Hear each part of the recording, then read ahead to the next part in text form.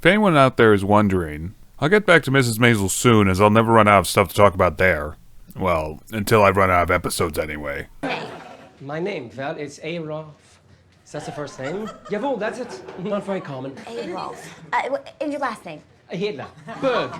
But first I wanted to talk about a couple of episodes of BBC's Ghost, because I think they provide good examples of narcissistic victims and abusers. The first episode is Season 2, Episode 4, The Thomas Thorne Affair, which is a Rashomon-style mystery, which I'm going to completely spoil, so I recommend anyone with HBO Max or anything else to watch this show on to go watch this episode first, because it's really good. Damn your eyes, I say. Damn your head, shoulders, knees, and toes, sir. If you've never seen any episode before, just know that most of the characters are ghosts, and Allison can see them thanks to brain damage. Come on. What? Julian said, sorry, it's the one with no trousers. Well, he just said, no, there's more to you than that. Are you sure you need a cake? Because you can't eat it. Okay. Sorry, what was I saying? Forget it. Anyway, the other episode is Season 3, Episode 5, Something to Share, which is about Kitty and how horrible her sister is, which isn't a mystery at all. Well, except to Kitty. I've noticed you often talk about your sister, and it seems like maybe... Kitty, there's a balloon upstairs. First, the Thomas Thorne Affair. In it, we delve into Thomas's past and learn how he died. And though things might seem to be one way to him, by the end of the episode, we discover that his cousin, Francis, was actually behind everything. No. Write her a note then. I will deliver it. I will be your Cupid. Please understand.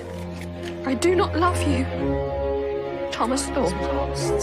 But this is a really good example of something narcissists do called triangulation, which is another form of abuse where the narcissist makes a triangle with 3 people, one being the narcissist, who pits the other 2 people against each other with lies and manipulation about the other person to both people. Meanwhile, the narcissist stands in the middle, acting like they were the kind, gentle person who only had your best interests at heart the entire time. In this case, Thomas's cousin was trying to gain something specific, the heart of Isabel. But in real life, narcissists will do this for little other reason than it makes them feel powerful to control people in this way. Also, if they can paint the person you actually like as a villain, while simultaneously painting themselves as the hero, just trying to protect you from that horrible person, it doesn't just increase their control over you, it also feeds them lots of supply. Really, the closer and longer they are in your personal life, the other people in your life will slowly drift away from you, as the narcissist makes up lies about those people to you, but also makes up lies about you to those people. What they want is for you to be all alone in the prison they've created for you,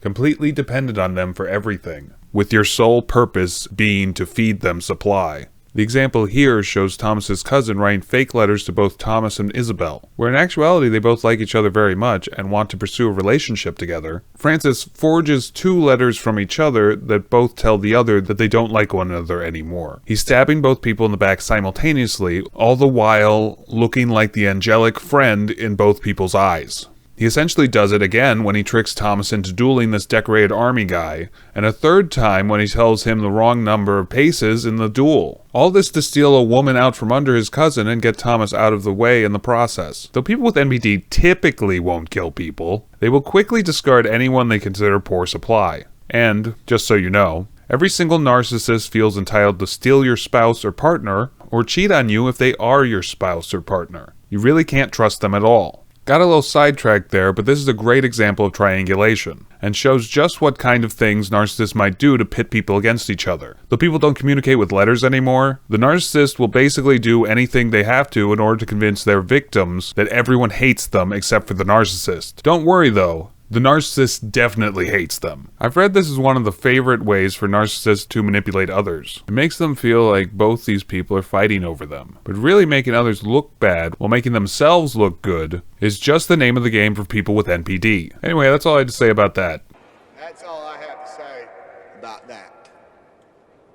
Moving on to the episode, Something to Say. In it, Kitty discusses a story about her sister. Now, everyone on the show but Kitty knows that Kitty's sister was completely horrible to her in life. Kitty, however, thinks of her sister as You are the kindest sister in the world. Oh. This is because Kitty is deeply in denial. Denial, if you didn't know, is the first of the 5 stages of grief. What victims of narcissists are grieving, even if they don't consciously know it, is that this person whom they love, and they think loves them, isn't real. It's just the mask this person wears on occasion when their victim momentarily swings back into the idealization phase. This is also how narcissists create trauma bonds in their victims, just so you know. And denial is the stage the narcissists are trying to keep you in for the extent of your relationship. And unfortunately, most people who don't know about narcissistic abuse will stay in this stage for an exceedingly long period of time, some even for the rest of their lives. The reason narcissists can keep people in this stage for so long is for 2 main reasons. For one, people with NPD do this push-pull thing where they are incredibly devaluing and abusive one minute, only to be incredibly loving or friendly the next. This leaves their victims confused and causes them to doubt themselves. And the more the victim doubts themselves, the less they'll question the narcissist. The other main reason that victims of narcissists stay in the denial phase for so long is that without knowing much about this stuff, people pretty much assume that other people's brains and emotions work basically the same way theirs do. So when the victim puts themselves in the narcissist's shoes through something called empathy, the victim starts blaming themselves for the narcissist getting mad at them because people with empathy typically don't get angry at others for no reason. This is the problem with living in the world and not realizing that some people just don't have empathy, or that some people just don't know how to love either. Anyway, Kitty probably isn't the best example of all that, but her biggest problem is that she's incredibly naive, to the point where she's living in her own fantasy world. This is one of the biggest things narcissists are looking for when choosing their victims. People who subsist on their hopes and dreams are the easiest to manipulate. Kitty herself is a great example of this because she pretty much ignores everything she doesn't want to see in other people and shines all the people she knows in an extremely positive light. Happy birthday! Gosh, this is the best birthday ever! We haven't done anything yet. Even when they're actually doing bad things to her behind her back. This is because Kitty basically believes anything anyone tells her. She doesn't pay attention to people's actions when their words don't match. She is suffering from something called cognitive dissonance. This is when you hold 2 opposing beliefs in your mind simultaneously. This might look something like, my sister does evil things to me, but she still loves me, for example. Actually, cognitive dissonance is summed up well at the end of this episode because Kitty slowly realizes that the reason she didn't get to go to the ball was something orchestrated by her sister. But she still says, Oh well, at least she was nice the rest of the time.